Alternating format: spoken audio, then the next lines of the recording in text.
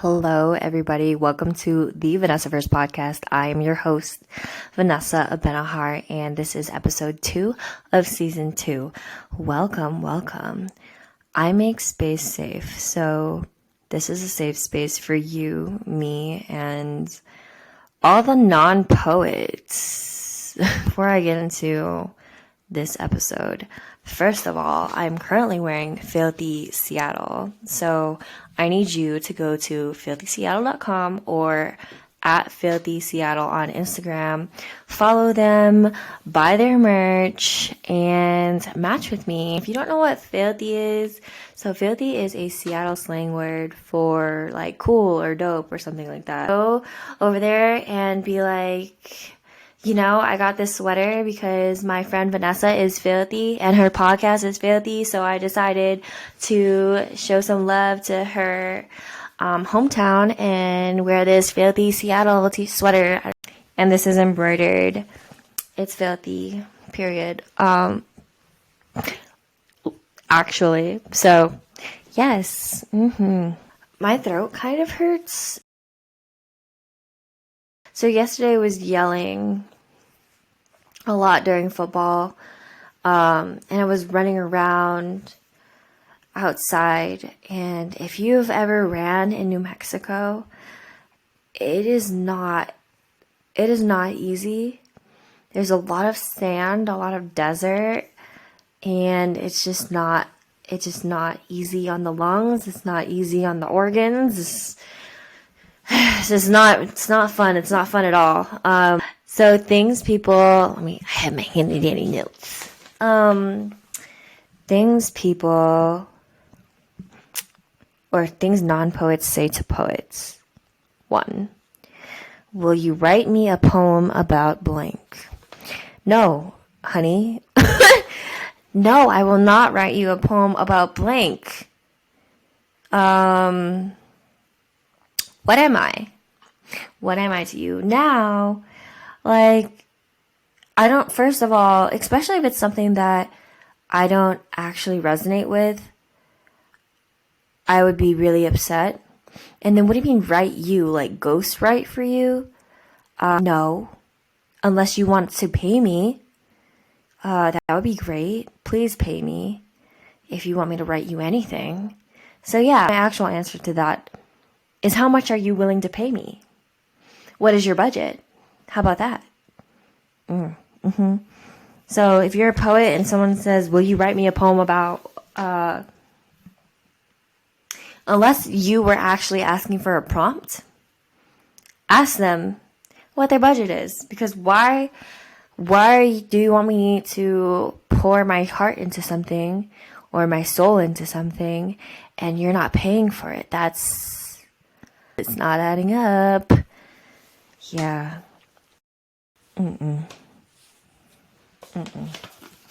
Another thing. When are you going to write me a poem? First of all, because typically no one with the right mind would actually ask me to write them a poem about them. Are you going to write a poem about that? Are you going to write a poem about that?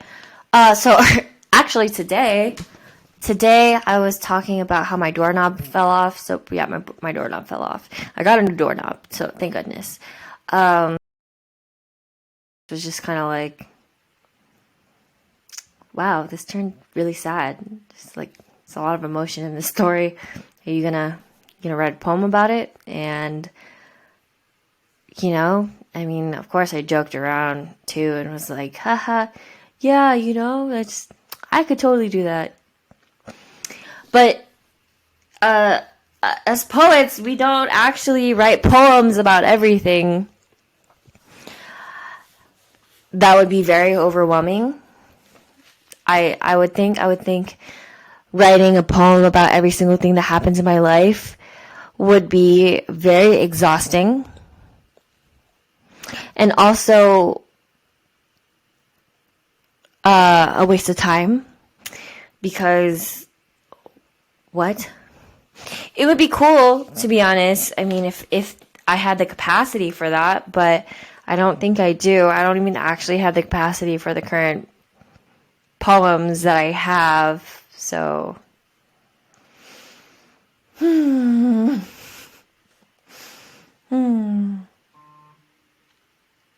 Are you going to write a poem about that? Maybe I will. But yeah. Oh, and then my favorite one is perform a poem right now, especially like whenever it's somebody who just finds out that I'm a poet, or I introduce myself as a poet or something, and there are people who just kind of want an on the spot show, which I don't understand how, because you wouldn't say that to like a dancer, or like other people get that. Like, do dancers actually get that? Like, oh, dance, do some choreography right now, or rappers, oh, rap something real quick, or sing. Oh, no, I've heard rap something real quick. Singing. I've always heard, I don't think I've heard anyone be like, yo, sing something. Because typically, you don't tell an actor to act something out for you.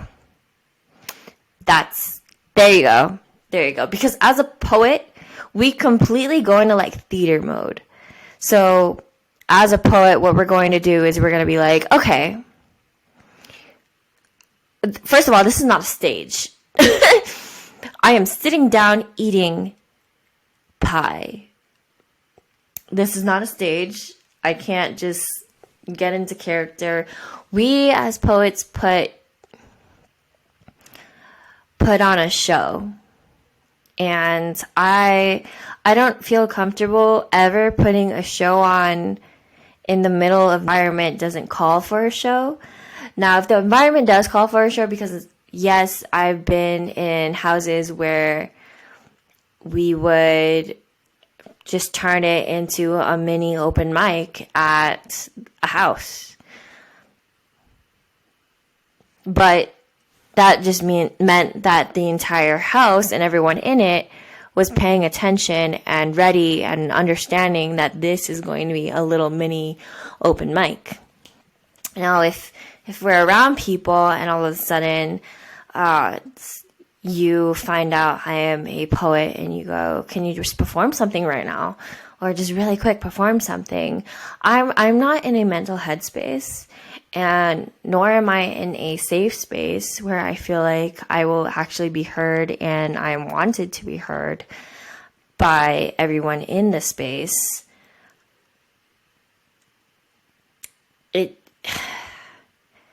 You just have to be very courteous to performers, because yes, of course, we are all very sensitive about our art, and it's not all the time, it's not on demand that we pull that type of energy out of us. I wish it was very easy. I wish,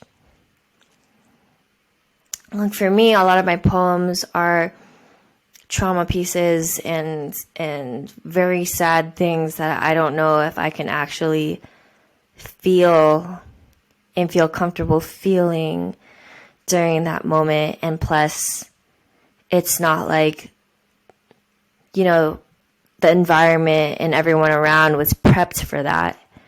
So I think a better question is, like, whenever you're a non-poet and you meet a poet and they tell you, like, they disclose that they are a poet, the first thing that you should do is ask about what kind of poet they are, what their experience is with poetry, how long they've been doing it, where they've performed, what are their favorite poems that they've done. And then maybe at that point ask about, like, oh, okay, so you like this poem. What's so cool about it? What's so great about it? Do you think I would like this poem? I like stories or poems about this. I like hearing poetry about this. Or I'm mostly someone who is into very artsy poetry, because I can also give you I could also be a poet that you don't even like, that you won't even like. You know, you might not actually like my poetry. You might not be able to resonate with it. You might not be able to understand it. I know for some people, they're just like, no, I just want to see what it's about. You can ask questions to actually figure it out. You can ask questions so that we can get a little bit more comfortable with what you're comfortable with, and I can understand what kind of poem you would like to hear after we clear things up. But I highly suggest to never just go up to a poet and be like, oh, spit something real quick right now. No, please don't do that. It is not fun for anybody. It is not fun for us. It also puts us in a light of like, should I or can I? And then we're shuffling through poems in our head, thinking about what would be appropriate because we're reading the room. And it's just a lot. And especially because there's nothing else after that. You would be like your one-man show. You'd be your only entertainer. And it's not fair to just think that we're ready to go all the time in any environment, especially because of how emotional it could be. Like, do you want me to make you cry right now? Do you want me to cry right now? Is this what you're looking for? I don't know. I just feel like non-poets need to stop asking so much of poets without asking poets about their poetry. Get to know the kind of poet they are. And you can do that without actually listening to their poetry, without them actually performing in front of you. If anything, I feel like as a poet, we should love and embrace that type of stuff. Knowing that someone's really more interested in the person than the poetry, or the poet than the poetry. And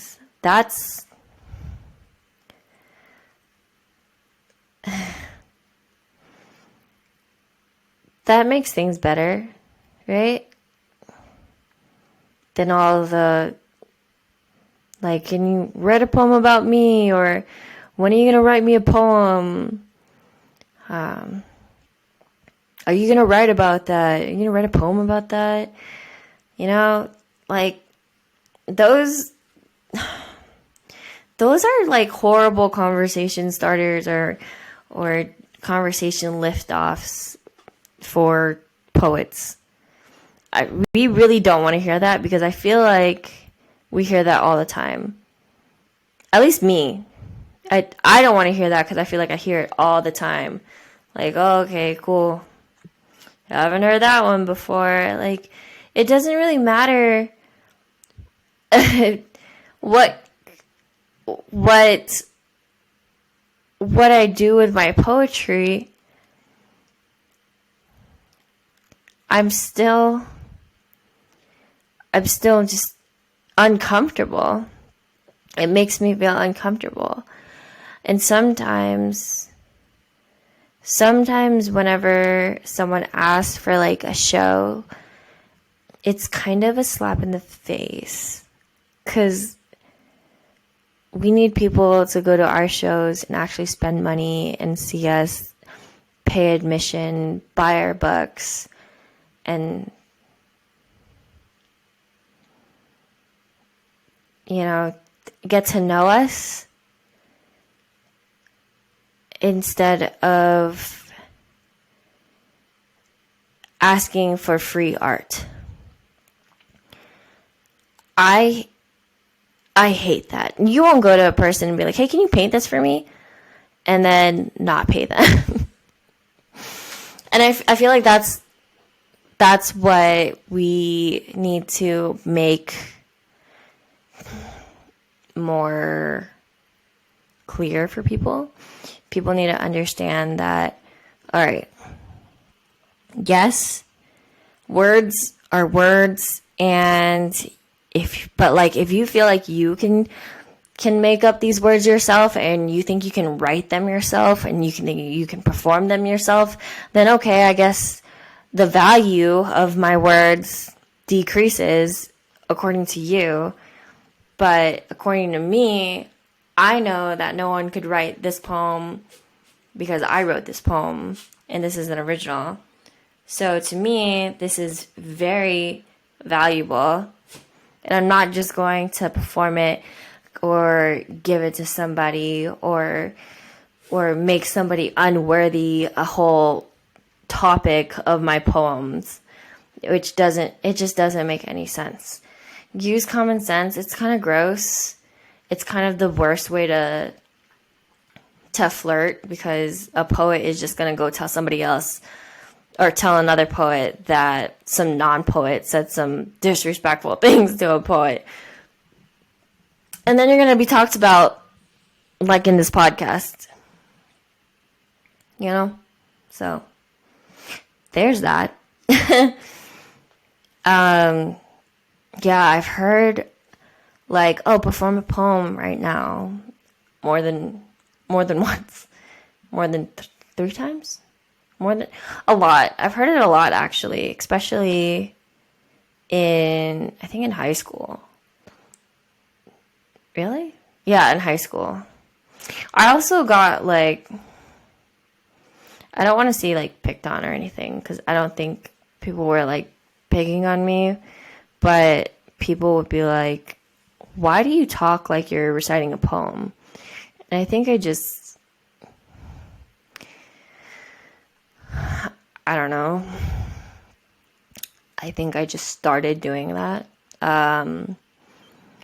Because in high school, I was reciting my poems a lot to myself, and in any free time that I had. So it just, I guess, appeared in my voice.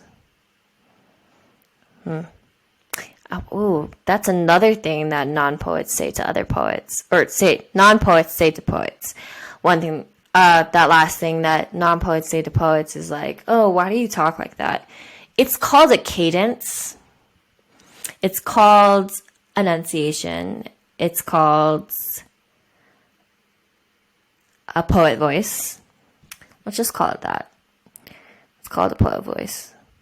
And if you don't like it, I just don't understand why you're even listening. A poet and dealing with non-poets is that you can just say no. You can just say go away. You can be like, poets don't be doing that. Like, oh, that's not really what a poet would do. Or, that's not really something that I do in my poetry. But I can refer you to somebody who does. Yeah. Projects where it's like, oh, I just want to use your voice. Can you make something for me or write something for me and have your voice on this voiceover recording or whatever? And I felt weird. Didn't really want to do all that. So yeah, I said no, because you can say no. You are not obligated to use your voice for things or your talent for things, especially if they're not paying you what you feel like you deserve. And then another thing is, I hate dealing with dollar amounts, because I'm like, how much money would this cost? Because in comparison to like a painting, a work of art, right? What type of art price would my poetry be?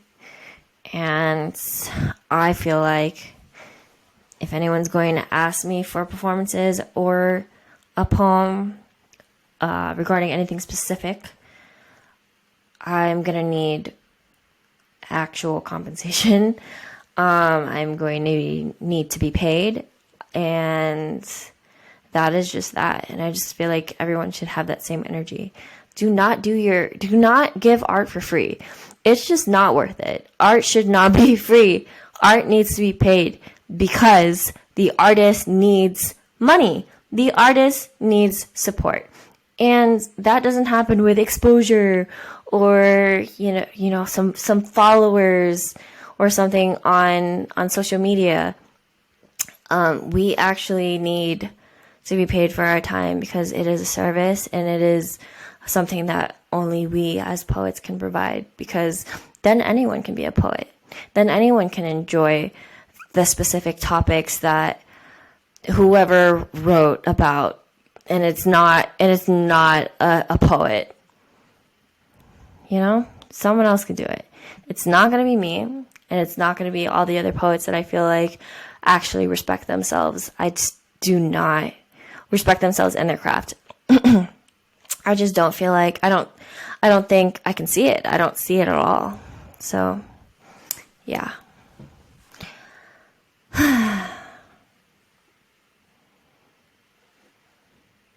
But thank you for listening to the Vanessaverse podcast. This is the end of episode 2, season 2. Thanks for listening.